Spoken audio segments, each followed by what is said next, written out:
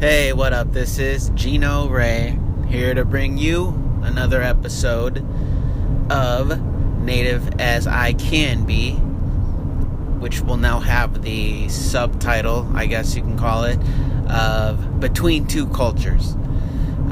So I will have to update the graphics, or more accurately have my sister update the graphics to stay current. I want to say thank you to everybody who listened to the first episode. Oh, by the way, if you hear any kind of weird noise, background noise, that's because I am currently driving down the street in the company van while I record this, because just seemed like a good time to do it. So, but it may sound a little funky, and if it does, then just, move on with your life. And I think you're going to hear a lot less sniffing this way. If you noticed, I'm sure you noticed, the first episode, a lot of sniffing going on when I was talking, and that had nothing to do with having a cold or an allergy attack. It was just more of a nervous habit, I think. No, I know. So, a lot of sniffing. And then when I was younger, when I was nervous around people, I would yawn. Like I was trying to play it cool, and I would yawn. Like I'm so bored or whatever, and yawning over and over again. So, hoping to avoid that this episode. But, yes, thank you very much for listening to the first episode. And those of you that, shared it to your timelines and things like that. That's really cool. I'm really excited about this project and where it's going to go, because I got a lot of ideas bubbling. And this week's episode will be very interesting, I believe. I am going to be discussing in Native culture, not every tribe, but a lot of tribes, they have what they call two-spirit people, which are people that can kind of view the world through male and female eyes. And I think probably the term that closely represents two-spirit people is maybe transgender, but the two-spirit people can kind of go back and forth. It's not like they are a man trapped in a woman's body or the other way around. They kind of see it through both eyes, and so I think that's probably the difference. So we're going to be talking about two-spirit people, and we are going to be talking about this case in Idaho of the trans inmate, or two-spirit inmate. I'm not sure how she would categorize herself, but she is in Idaho prison, and she successfully sued the state of Idaho, or the state of Idaho's justice system, prison system, to get gender reassignment surgery. And she won her first case. It went to appeals at the circuit court level, won that appeal. So the next step would be the Idaho Supreme Court, if the lawyers decide to appeal again. But it's a big deal, and what it means is that the state of Idaho, or the state of Idaho prison system, is going to be financially responsible for her gender reassignment surgery, because the judge ruled that her identifying as female but locking her up with men is considered cruel and unusual punishment. So, that's a very it's not a premise that you hear about often as far as a court case goes. But I think that's an interesting thing to look at. I'm not going to get into too deep into what she did to land in jail, which was a sexual assault. By the way, she was 22 and had whatever happened, and the boy that was involved was 15. So that part, is sketchy. And then I think a lot of the people in Idaho following the case disagree with the surgery based on her crime, as she is a sex offender. But I'm not really going to worry. I'm not really going to get into that. That's not really the point of the conversation. So that will be the second part of the podcast. And third, I will be talking with my cousin Garrick, or he might be actually involved throughout all these conversations, but we're going to be talking about Darcel 15, who is a person recognized by the Guinness Book of World Records as the world's oldest drag queen. And she's from right here in beautiful Portland, Oregon. And she does a big event at the convention center every year, which my cousin Garrick volunteers at to help set up. And, he comes up from Klamath Falls every year to do that. So he will actually be up this weekend to help out with that. But I would like to talk to him about that whole scene and get his opinion about the inmate and just about Two-Spirit people in general.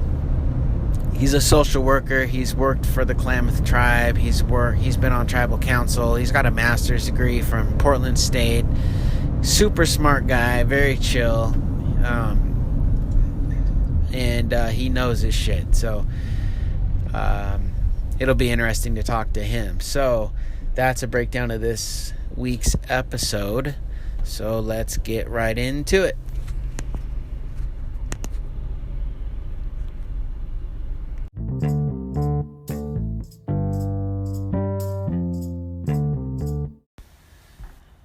Okay, we're sitting here with my cousin Garrick, sitting in the backyard with my very sophisticated recording studio.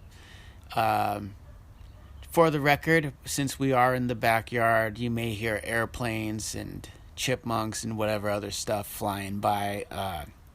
We're in the backyard because Laura and the baby and McCunny are all home today, so it's probably less noisy out here than it is inside the house. But so sitting here with Garrick. And Garrick, why don't you tell us a little bit about your educational history and where you grew up and what you do now?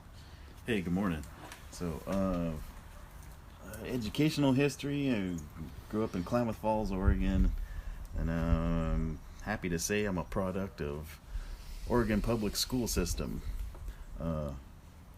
Grade school, junior high school there in Klamath Falls, and then I went on to college at Oregon Institute of Technology, and from there to Southern Oregon State College, when it used to be called that, and I got a bachelor degree in psychology with a minor in native studies, and then from there I went to graduate school of social work at Portland State University up here in Portland, and graduated from there in 1997, and have been working as a social worker and work with kids, families, adults, do all kind of things, some in that realm, I guess.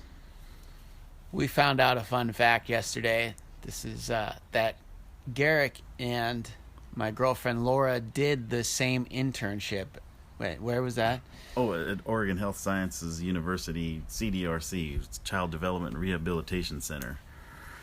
Yeah, so for those who don't know, my girlfriend is a social worker also, works in maternity and delivery, but yeah, just a weird random thing that they did the exact same internship several years apart, but yeah, so I was just giving cousin Gino here a raft of crap the other day about how did you end up surrounded with social workers? What did you do wrong in your last life, man? Well, I think you have a tendency to draw what you maybe need in life, with your energy. So I think if the Great Spirit thought I needed someone to work me over socially. Maybe that was the case, but Well, that's funny too. You know, I always joke about needing my own social worker myself. Like someone, I need someone to run my life. yeah, totally.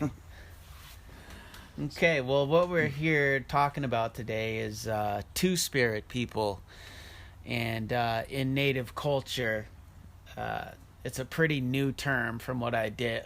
The research I uncovered came around in 1990 in Winnipeg, Canada. But what it is Native people that are sort of, I think today, maybe you would call them gender fluid, or maybe trans. But basically, they kind of see the world through male and female eyes and can kind of, I don't know if you would say switch back and forth, but they are able to sort of live in both of those worlds. And I think for the most part, within the tribal communities, you know, that's not a shameful thing, a shameful identity to have. I think they're kind of revered. What do you know about them? Well, yeah, traditionally, particularly from where we came from with the Klamath tribes, and the Modoc and some of the Paiute Indians from around where I grew up, the people that were, you know, today known as gay or transgender or fluid and questioning, and you know, there's a lot of letters that go with the acronyms, but they were considered people that had different perspectives on life from where they came, because, and twin spirited meaning that they had more of a perspective than someone who was just traditionally heterosexual. So and I believe that the reason that they were to be thought of as having extra spiritual senses is because of who they were. So if the Creator created somebody and they created them with more of a perspective on life than you had, then they had something extra to offer, and so therefore they were respected. Yeah, and I saw, you know, that they could hold different positions within the tribe. Like they might be the tribe's, you know, quote unquote medicine man or shaman, or, but they definitely had a position of esteem for the reasons you're saying, that they had maybe a better, a more rounded view than someone who was just male or just female. I was reading, and I think this applies in modern day to trans people as well, that a two-spirit person in the tribe may be gay, but they weren't necessarily gay. Nor is a gay person in a tribe necessarily considered a two-spirit person. So there's some difference there, and I've heard sort of the same things about trans people, transgendered people. So that's kind of an interesting little factoid, I guess you could call it. Yeah, you know, and just bringing that up, you know, if you know, it kind of translates to modern culture. You know, you hear the phrase in church, you know, God doesn't make junk, so, and God made me, so therefore if God or the Creator made folks that were different, then, you know, apparently according to the traditional times, didn't make a mistake in creating them either. Right. So in your social work, and I'm going to pull this is an article from Indian Country Today. Two-spirit people face compounded traumas on top of intergenerational trauma. It says, imagine going from a nation where you're a celebrated two-spirit individual to a boarding school when you're assigned your gender, with any pushback about it being beat out of you. So have you encountered anything like this? And obviously you're not going to name names, but Have you encountered anything like this in your social work career, with a two-spirit person trying to get by in a white culture or even in their own culture, and just having big time problems with that? Actually, yeah. So I've encountered, both family members and clients that have, dealt with their own identity as far as being Native people.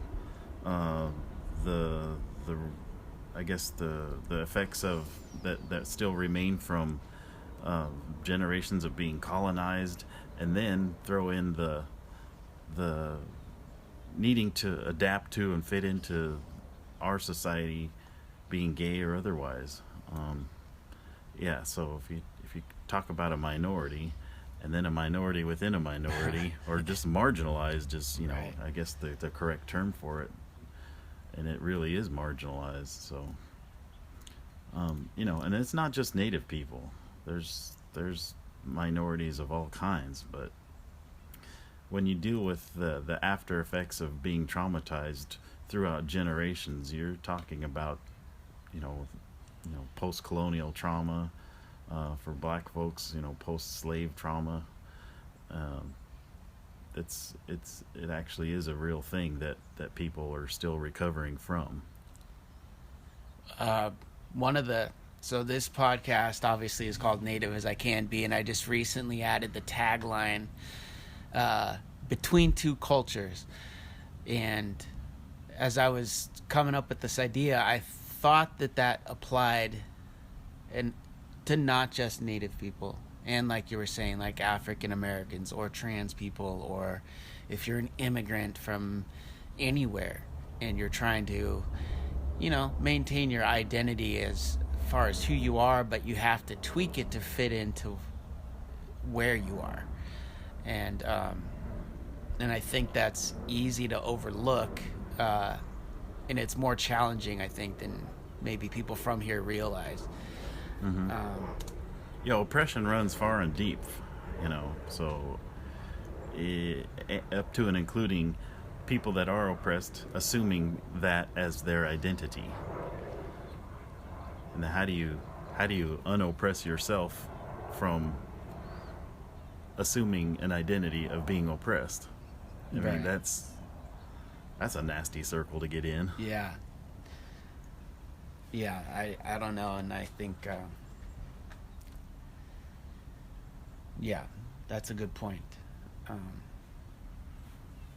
Well, from that, and here's what that same article, this is kind of the definition they have. Two-spirit people have both a male and female spirit within them, and they are blessed by the creator to see life through the eyes of both genders. This is interesting too, though. It goes on to say two-spirit is a term only appropriate for Native people. It is a role that existed in Native American, First Nation, indigenous tribes for gender queer, gender fluid, and gender non-conforming tribal members. If you don't have a tribe, you can't claim that role. Which, when I first read that, I was like, well, what's the big deal? But I think I kind of understand it now is, this is ours. This is our term. This is our people. You can't have this too. Mm-hmm. You guys have your own terminology. Two-spirit is ours. What do you think about that? Well, you got to hang on to something that is part of you and part of where you come from. So people that are two-spirited, that have influenced or been part of our historical or traditional background, they have influenced us in ways that we still have yet to know. And so yeah, if it's ours because it's part of us, and part of us is bigger than who we are. And that's why you say, okay, it's ours. You can't take it because it's not ours to offer or give away. Yeah. That's kind of how large it is.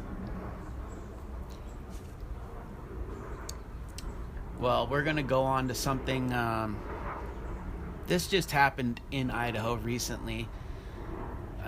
We're not sure about the pronunciation, but her name is Adri Edmo. She's a woman currently incarcerated in Idaho for sexual assault. She was 22 years old, convicted of sexually abusing a 15-year-old boy.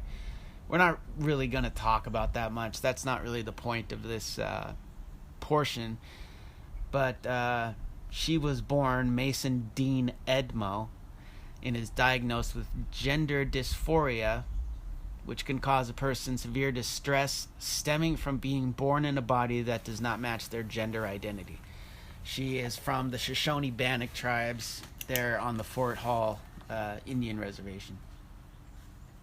The reason I brought her up and brought her into this conversation is because she successfully sued the state of Idaho to get the Idaho Department of Corrections to pay and facilitate her getting gender reassignment surgery. She won the case at the lower court. It was appealed, and it went up to the next highest court, whatever that is. I have it here somewhere. And she won that. So basically the state of Idaho is now going to have to pay for her gender reassignment surgery. I suppose there's still the Supreme Court to appeal to, and I haven't heard if that's going to happen. I assume it probably will be, but pretty big ruling, don't you think? Pretty big court decision, yeah. I think,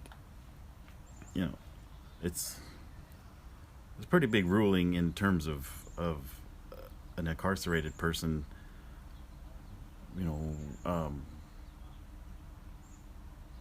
being supported in terms of hey, this is part of their identity, and now as a result of the Idaho prison system, I guess, assuming responsibility for the custody of that person, now being forced to handle the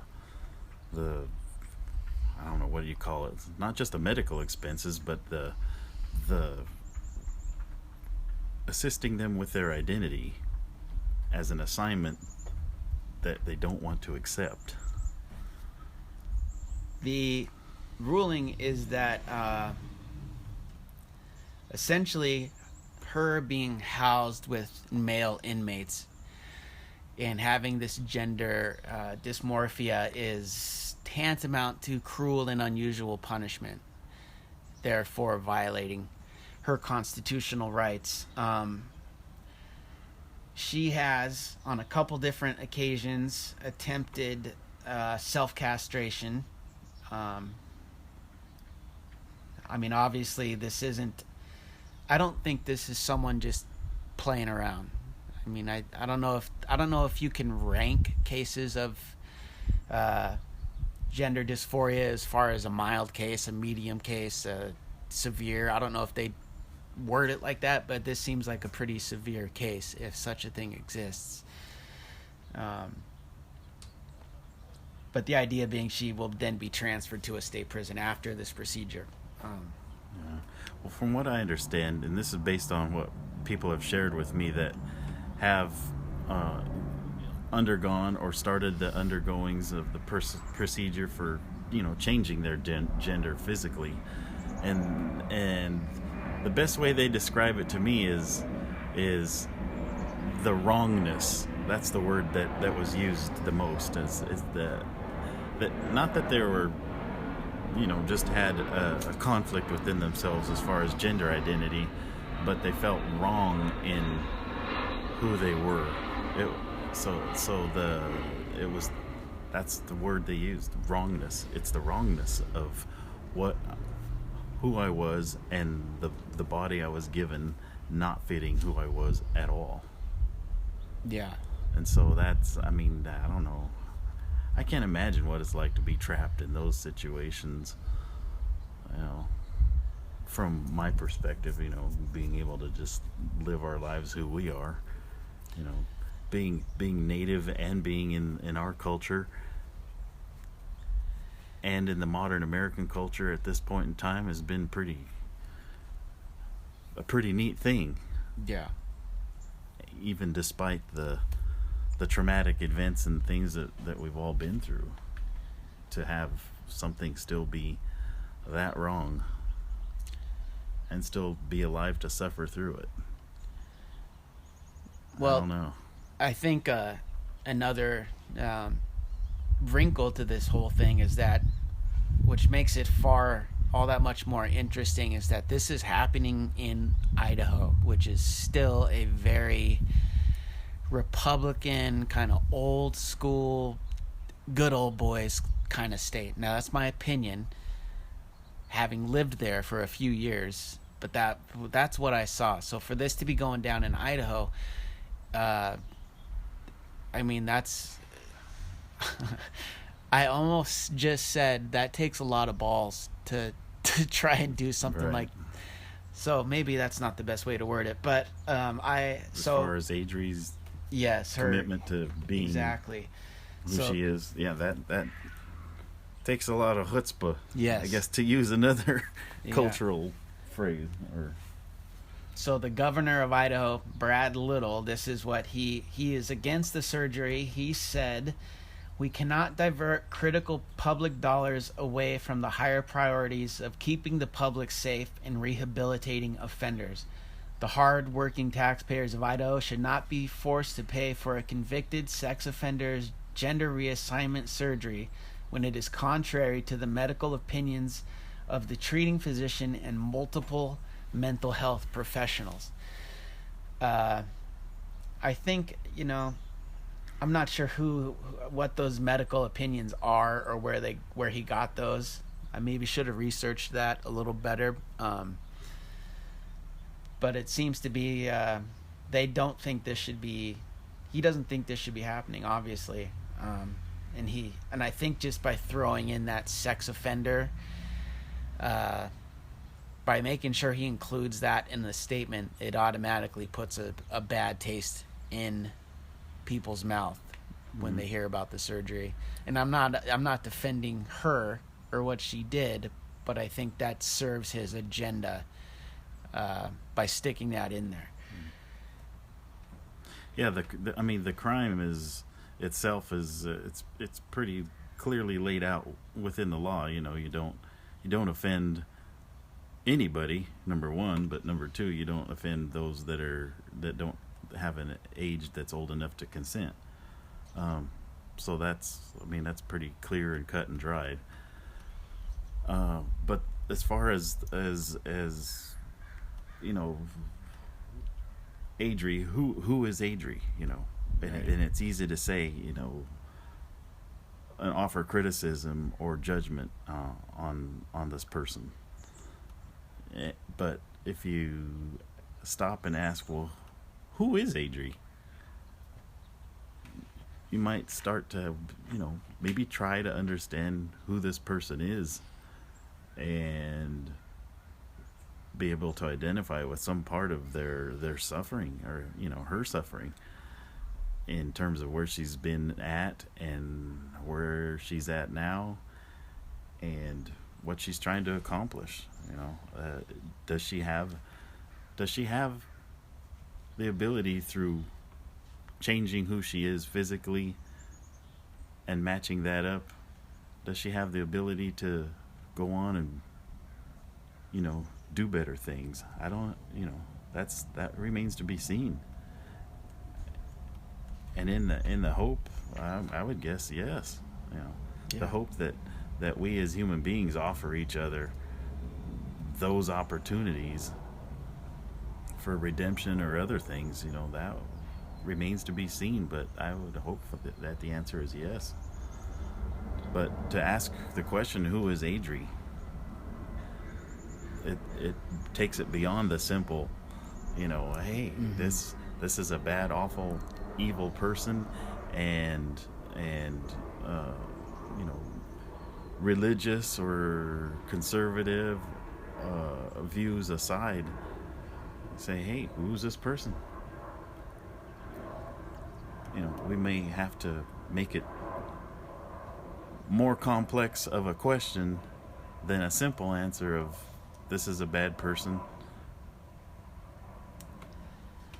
Did bad things? Sure. Is this a bad, worthless person? I don't know. But yeah, to come to the conclusion of hey, this is a sin and therefore it's wrong. I don't know if that's that simple. I was trying to pull up some of the comments that people have made about this case, because when this first came out, there was some. I think the comments have been sanitized, is what I'm trying to say. Because when this case first was reported, the people on Facebook absolutely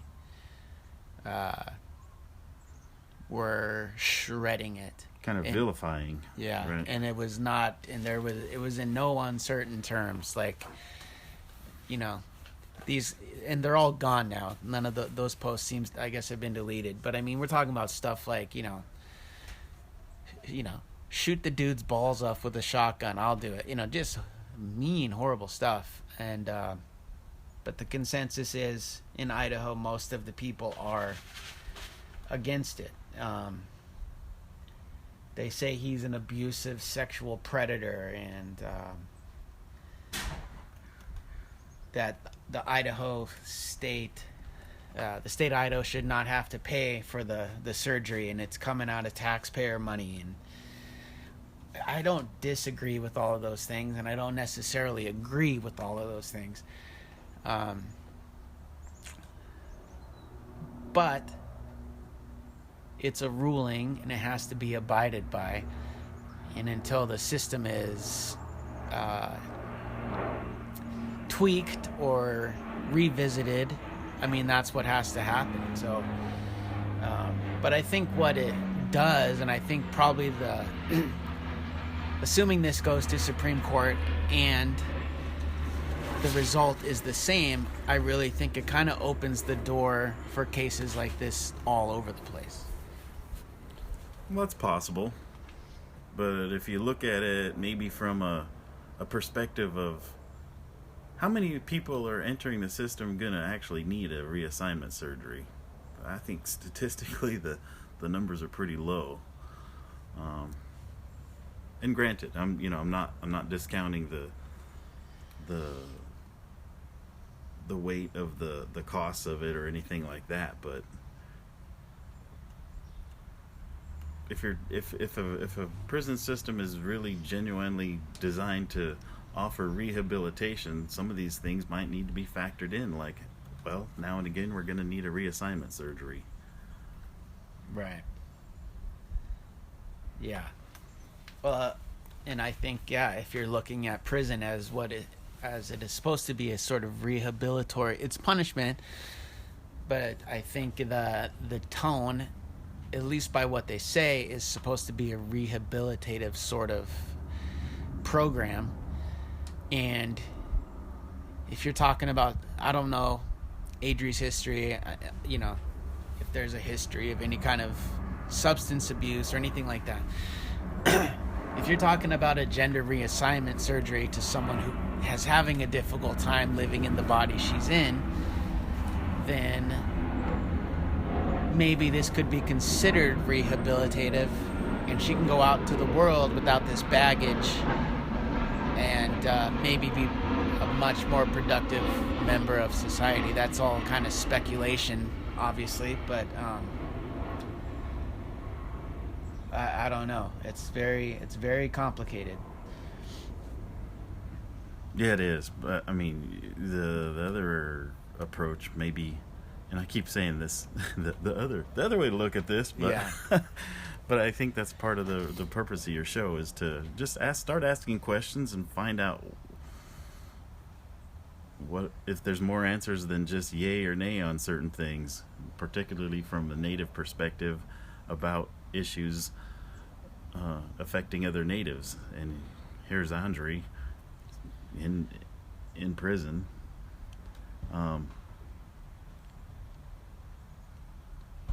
facing these things, but including a future So what does the future hold for Andre with a reassignment surgery? You know, maybe the answer is she can find more contentment in experiencing what life is like on this plane as a human being,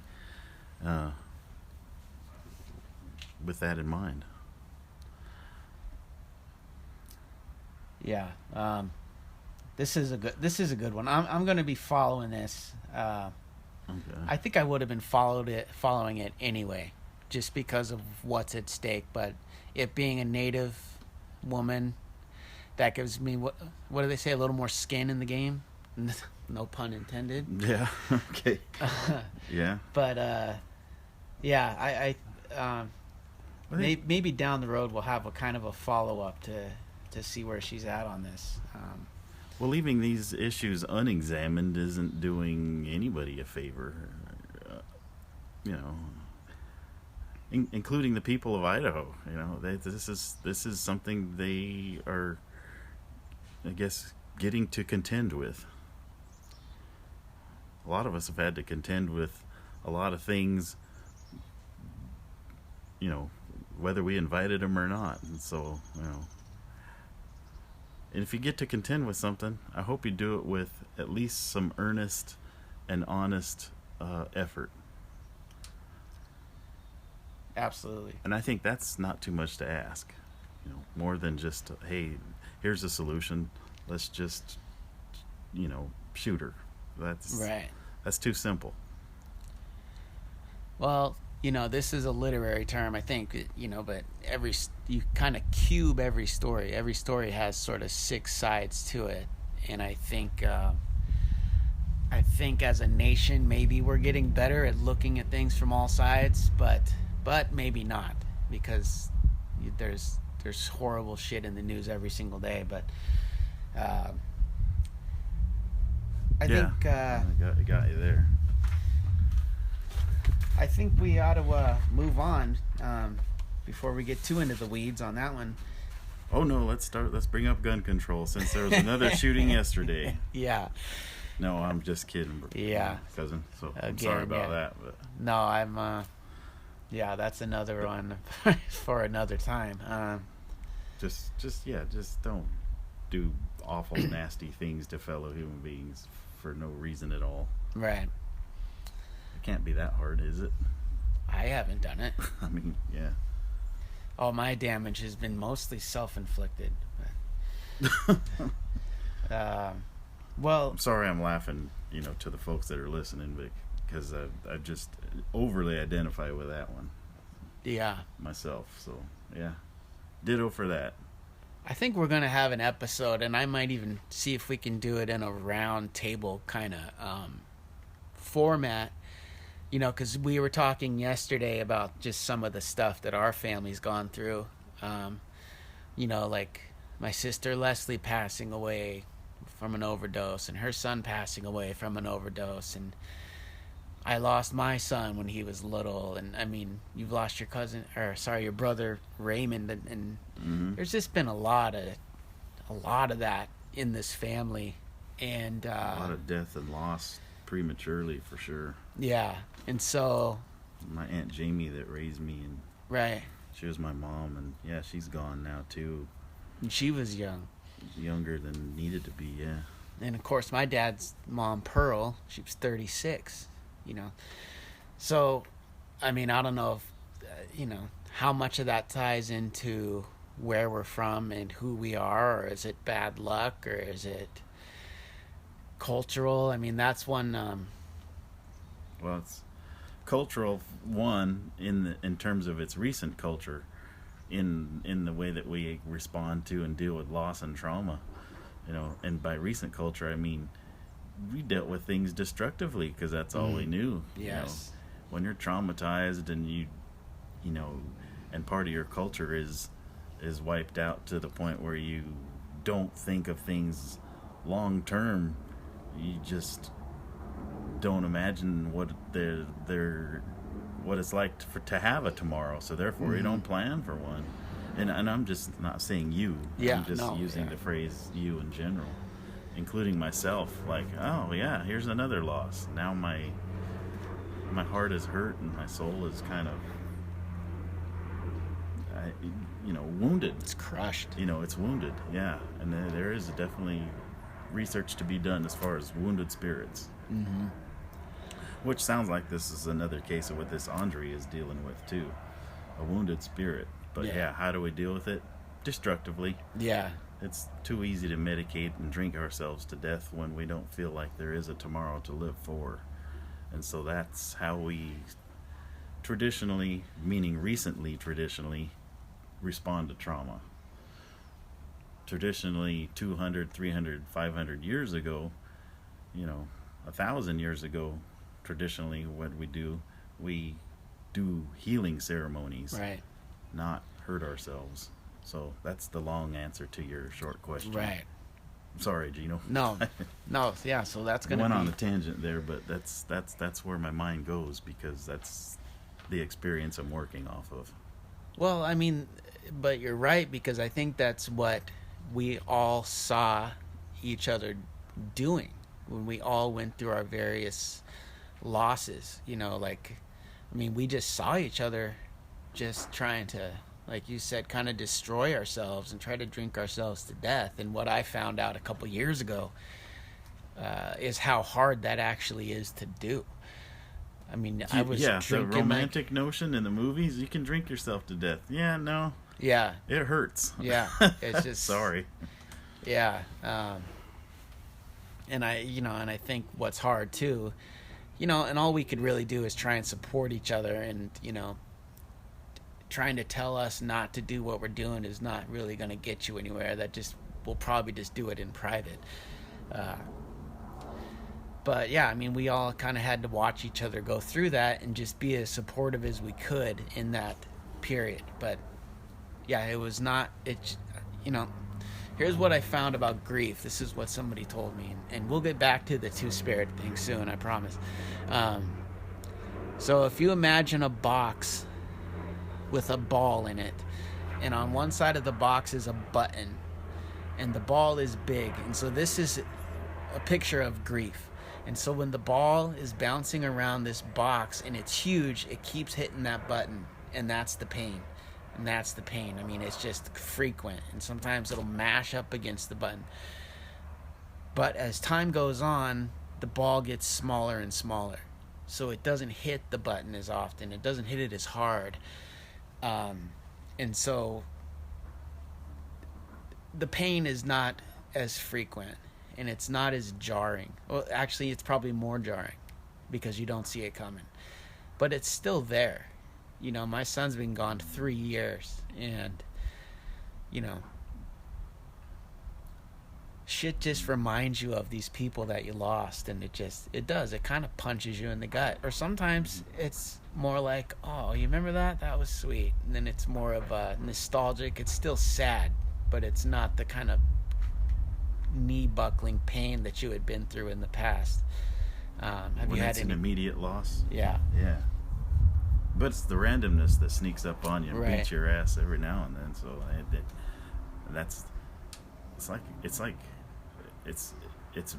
it's painful no matter what. And sometimes, like you're describing, it's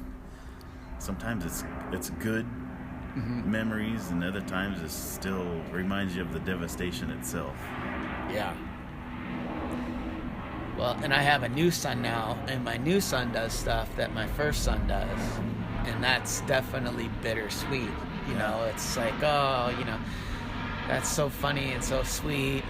But then I go, I remember my first kid did that. And then you go, no. But I have to, in my mind, I feel like it's, they're brothers. And I think before Che arrived, I think Bams was giving them some cues, as spirit babies.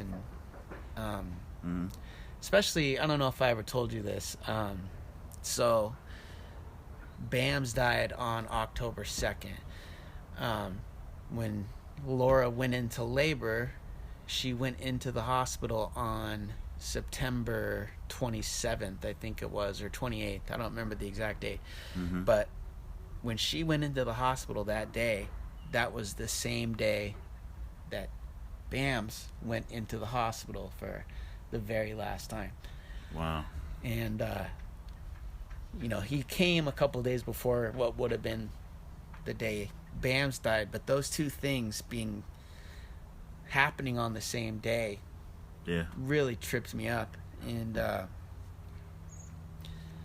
I didn't know what to make of it. I just knew how emotional it was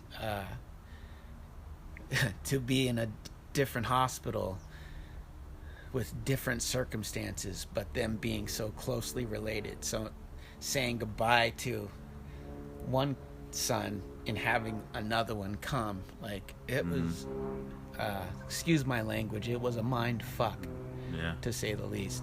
But, well, sounds like they're certainly describing a spiritual experience that we know as natives continually and over, but it's a good thing, in a good way though, because the Creator, God, just somehow manages to take care of us as spirits, so one of the things that I can offer, as far as I'm just talking from what I know, okay? I'm not repeating something that's been told to me and I thought, oh, that's a great idea, that really makes me happy to be a native. It's like, no, this is something that just is, okay, folks? And that's, God reminds you that He, to use for lack of a better pronoun, exists, okay? And what you just described was that. And when we know what we know as natives, that why we kind of cherish babies the way we do, is because they just came from the spirit world. They just came from there. Yeah. And so they're actually closer to the Creator, and they're closer to the spirit world than we are, because they just came from there. Mm-hmm. So, and I've had notions of this. So if a baby smiles at you, that's just like God loving you Himself. And so that's what we get.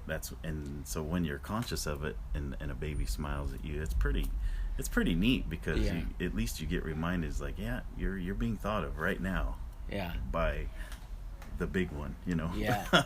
And so that part we can take with us, and it's a beautiful thing. Totally. The other thing is because we're who we are, we've been on this earth, we're not that close to the spirit world like babies are, so that's the difference. Right. And then to have your experience where they came and went, and another one arrived from there, that's beautiful, but it also kind of messes with you, right, for sure. What it just seemed like to me, and I don't know, there's no way of knowing if this is what actually happened, but what it felt like to me was those two boys having a connection in that spirit world, and Bam's kind of giving them a nudge, like, it's time. Because he was 3 weeks early, he should have been born, the middle of October, but or late October. But that's what it felt like to me, like it was just time. Mm-hmm. And Bams let him know, like, he's a good guy, good dad, like, now. Yeah. So that's how I see it, and that's what I believe. Well, now that we're I got myself all worked up here on a little sidetrack. So so we were going to talk about Darcel XV. Does he go? Is it Darcel 15? That's what I thought. I didn't know if you pronounced the letters or read them, but Darcel 15. And if you don't know who Darcel is, Darcel 15, it's the formerly Walter Cole. She's a drag queen here in Portland, and is in the Guinness Book of World Records as the world's oldest drag queen. Who I think she's 86 now, Actually going to be 89 in 89. November. Yeah.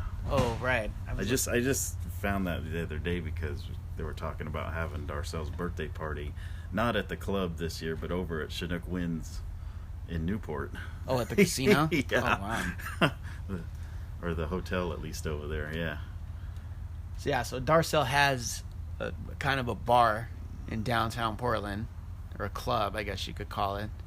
And she runs that full time. Yeah, Drag Queen Cabaret Club, and Darcel's kind of like a regional cultural icon. You know, not used to be more like a Portland thing, but I mean Darcel is known pretty far and wide as far as who she is. You know, because Darcel is the stage name. 15 stands for the 15th Empress of Portland back in, I don't know what year that was, 70 something. I don't know. I'm 50 years old, and how I come to know Darcel was our cousin Jerry used to do Tina Turner impersonations for Darcel at Darcel's club, and Darcel and my cousin Jerry, we call him Tina, also started out along with Darcel and his partner Roxy back in, was it 67 or 68? I don't know, a long time ago. And my cousin Tina is from like your dad and my mom's generation. Yeah. So my mom and Tina were first cousins, and your dad as well. And so that's how we came to be part of Darcel's family. Yeah. through what cousin year, Jerry. What year was that?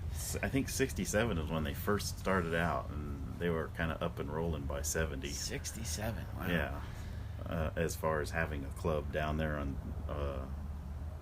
Northwest 3rd and Everett.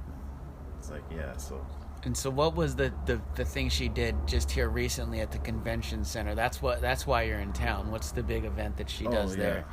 The event is the La Femme Magnifique, is the drag queen beauty pageant contest that Darcel's been putting on for years, since the 80s. And so I just come up and help put up the sets. We used to put up the stages and sets and lighting, but now that it's at the convention center, it's a whole lot simpler. So yeah, but come up, help put up some of the sets, and then check out the show. But Darcel's been putting this beauty pageant on, and drag queens come and compete, and it's just one of those other cultural events that we get to be part of. How long has she been doing it at the convention center? I mean, that's kind of a big deal. That you're talking about money and reservations, all that. Maybe it past 10 years, I think. I'm not sure. How many contestants do you think show up for that? If you had to ballpark last it? night they had 11. Yeah, and each contestant is got to do the black and white theme, the theme wear and talent competition, and it's just like a beauty pageant contest, except there's no swimsuit. Instead they have showgirl, which entails feathers for days, so so that's kind of a trip. This is cool to know. Darcel was the Grand Marshal of Portland's Rose Festival Starlight Parade in 2010 and received the city's Spirit of Portland Award.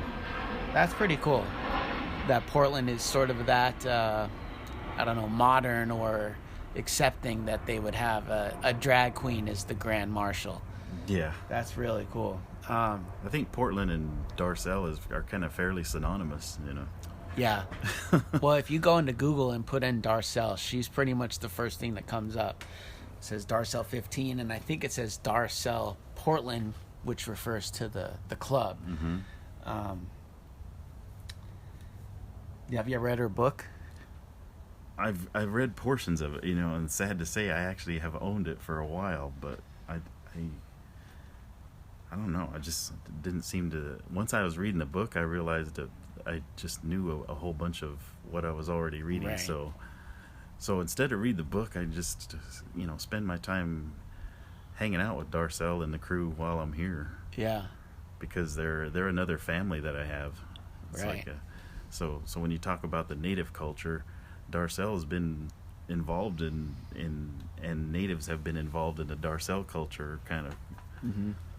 It's like the Northwest is a very culturally rich place. Yes, definitely. And so Darcel's been, involved with the native culture here for years, just because of our cousin Jerry, and then vice versa. That's how I got involved with the Darcel cultures. So that's part of the twin spirited thing. Was Mm-hmm. I've known twin spirited people all of my life, Right. and up to and including the ones that are from here in the Portland area, and just I've been treated very wonderfully. Beautiful people. Well, I said a little bit ago that Idaho is pretty Republican and old school, and I think that's a good illustration of that, is that Portland named a drag queen the Grand Marshal, and the governor of Idaho is against gender reassignment surgery. I shouldn't say he's against that surgery. He's against it in that particular case. Yeah. It's I hard won't to say. Hard to speak for the governor. Right, exactly. So, Kind of a funny piece of irony, or just one piece that I do know, is that Darcel's partner Roxy, who passed almost a couple of years ago now. He's actually from Pocatello, Idaho. that's pretty interesting. Yeah, so that's where Rock came from. What is Jerry still around? Tina? No, Jerry passed. Gosh, back in the latter '90s, about '99, I think he passed. No, yeah, gone. Yeah, another one who had a lot of trauma early in life, and still made something of himself, but lived hard like there was no tomorrow sometimes, and just had some really bad diabetes in the end, and didn't really take care of himself. Well, that's too bad. Klamath Indians really had a lot of diversity that came with us. Yes. Well, and I forgot to mention this. You were on tribal council for quite a while. Yeah. Well, how long was that? I was on the tribal council for the Klamath tribes from 2004 to 2007. I actually ended up there because some friends and some family said, "Hey, Garrick, they're having elections come up. You should run for that." And, having really good ideas and good intentions at the time, thought, that's not a bad idea. And Yeah. it was really quite a learning experience, including, just learning things that are way out of the realm of what my professional training was. But it was a great, wonderful learning experience, but it was also, in terms of being an amateur politician, that's for the most part what I was. I think that would be another good episode that, perhaps you, me, and Pop, and maybe Uncle Bill, Oh, yeah. just doing a history of our tribe, especially going back to things of like water rights and, losing our status as a federally recognized tribe, and looking at and I'm not overstating this, the pretty devastating effects of losing federal recognition that had on our tribe. Termination. Correct. Termination, Yeah. right. I think that's one that's not heard about often. And interestingly enough, having that happen, the Klamath have been called sellouts by other tribes. I've heard that term thrown around a lot, but that might be something for another time, because there's a lot to cover on that one. But Well, the U.S.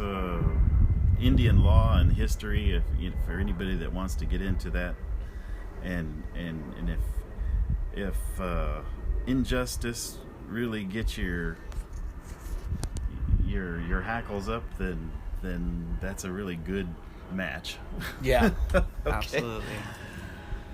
But yeah, there's a lot of territory to be covered in that. And as far as your podcast, I mean, the invitation, if I were you, I'd extend it to a lot of anybody that's served on any tribal council, Klamath tribes or otherwise. But yeah, the work that has been done and to be done in terms of the relationship with tribes and the United States is pretty vast and complex. Yes. So for anybody that's done that work, I mean, I'm a social worker and I thought I knew stuff, but well, I guess with anybody that's a professional, when you work within your lane, a decent extent of information, but when you venture out and try to acquire skill, knowledge in other areas, it really does challenge you for the better, mind you. But yeah, I don't know where I was going with that, Gino. Well, you got to redirect me, man. Yeah, sorry. I got too engrossed in what you were saying there. Well, I think this has been pretty good. Thanks for coming on. Yeah, you're doing certainly this welcome. with me. Thank you for the invitation. Garrick's got to hit the road back to Klamath Falls. How far is that? 3.5 hours? 300 miles. 300 About miles. A little over about 5-hour drive. 5 hours. It's a beautiful, beautiful drive, though. Oh, yeah, it is Oregon nice. is an amazing place. Yes, there is some beautiful terrain to be seen on that drive. Okay, well, that wraps it up for this week. Make sure you like and subscribe or whatever you're supposed to do so that I can make money off of this. Garrick, thanks very much. Certainly. See you next time.